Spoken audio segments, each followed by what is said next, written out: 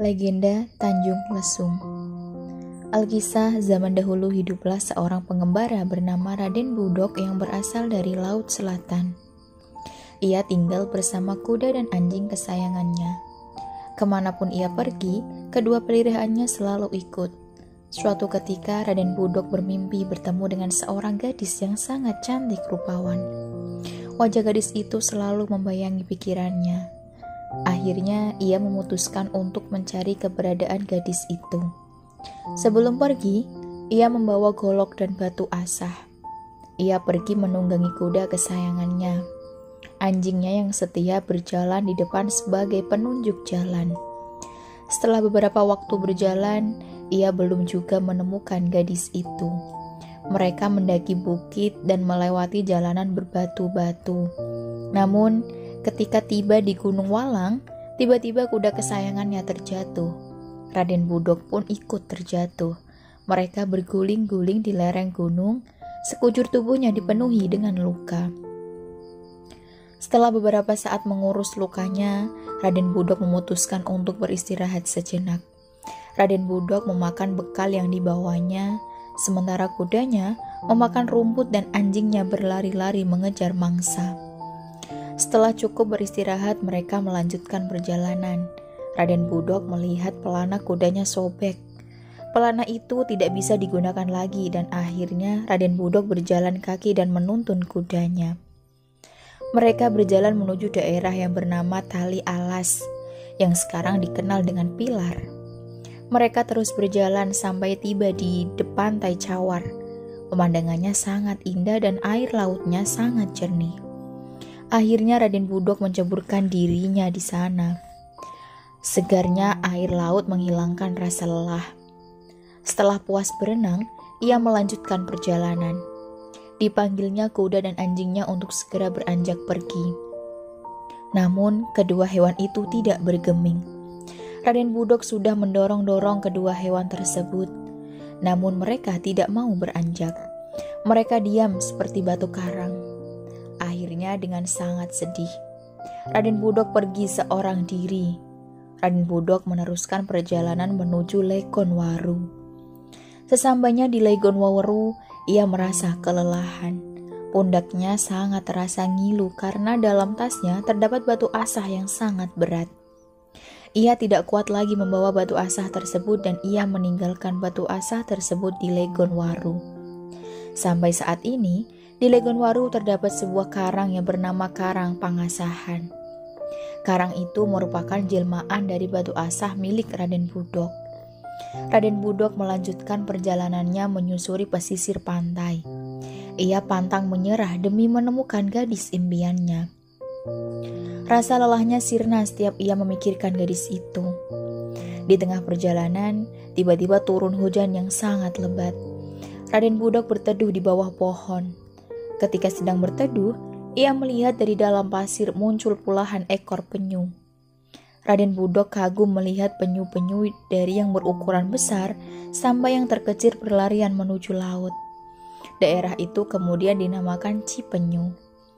Meskipun hujan masih turun, Raden Budok tetap ingin melanjutkan perjalanannya. Ia tidak ingin membuang-buang waktu. Diambilnya selembar daun untuk melindungi tubuhnya dari hujan. Hujan juga tidak kunjung reda, malah bertambah lebat. Langit sangat gelap dan petir menyambar-nyambar. Hari sudah mulai malam. Raden Budok menemukan sebuah gua bukit karang. Raden Budok masuk ke gua karang tersebut untuk beristirahat. Ia menutup pintu gua dengan daun yang dibawanya agar tidak kebasahan. Setelah cukup beristirahat, ia melanjutkan perjalanannya. Hujan pun sudah reda. Raden Budok segera keluar dan menutup pintu gua tersebut dengan daun yang dibawanya. Daun langkap itu terus menempel di pintu gua dan tidak bisa lepas. Gua karang itu kemudian dinamakan Karang Meumpeuk. Raden Budok berjalan mengikuti langkah kakinya, lalu tiba di muara sebuah sungai. Akibat hujan yang turun dengan deras itu, sungai menjadi banjir. Raden Budok tidak bisa menyeberangi sungai itu. Padahal ia ingin sekali ke desa yang letaknya berada di seberang sungai. Tak sabar, untuk segera menyeberangi sungai, namun air tidak kunjung surut. Dalam hati ia berkata, "Kali banjir sialan." Daerah tempat sungai yang banjir itu kemudian dikenal dengan Kali Caah, yang artinya sungai atau kali yang banjir. Setelah sabar menunggu, akhirnya sungai mulai surut. Raden Budok pun segera menyeberangi sungai tersebut. Maka sampailah ia di desa yang menjadi tujuan akhirnya. Sesampainya ia di desa tersebut, ia mendengar suara tumpukan lesung yang sangat merdu. Dicarinya suara itu. Suara tumpukan itu ternyata berasal dari permainan lesung yang dimainkan oleh para gadis. Salah satu dari gadis itu parasnya paling cantik dibandingkan dengan gadis yang lain. Gadis yang paling cantik itu bernama Sri Pohaci. Ia tinggal bersama ibunya yang bernama Nyi Siti. Sri Pohaci lah yang pertama kali menemukan permainan lesung. Ia mendapatkan ide karena ia senang menumbuk padi. Permainan lesung ini dinamakan ngagondang. Di desa itu sudah menjadi tradisi bermain ngagondang setiap akan menanam padi. Namun, permainan ini tidak boleh dimainkan pada hari Jumat, karena pada hari Jumat dianggap sebagai hari yang keramat untuk penduduk desa. Ketika melihat Sri Pohaci, jantung Raden Budok langsung berdebar.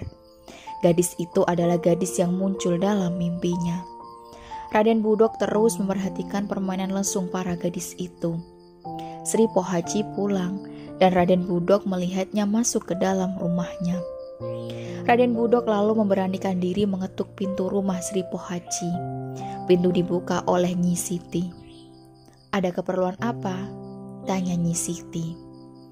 "Maaf, saya pengembara yang kebetulan lewat di sini. Saya membutuhkan tempat untuk bermalam. Bolehkah saya menumpang semalam di sini?"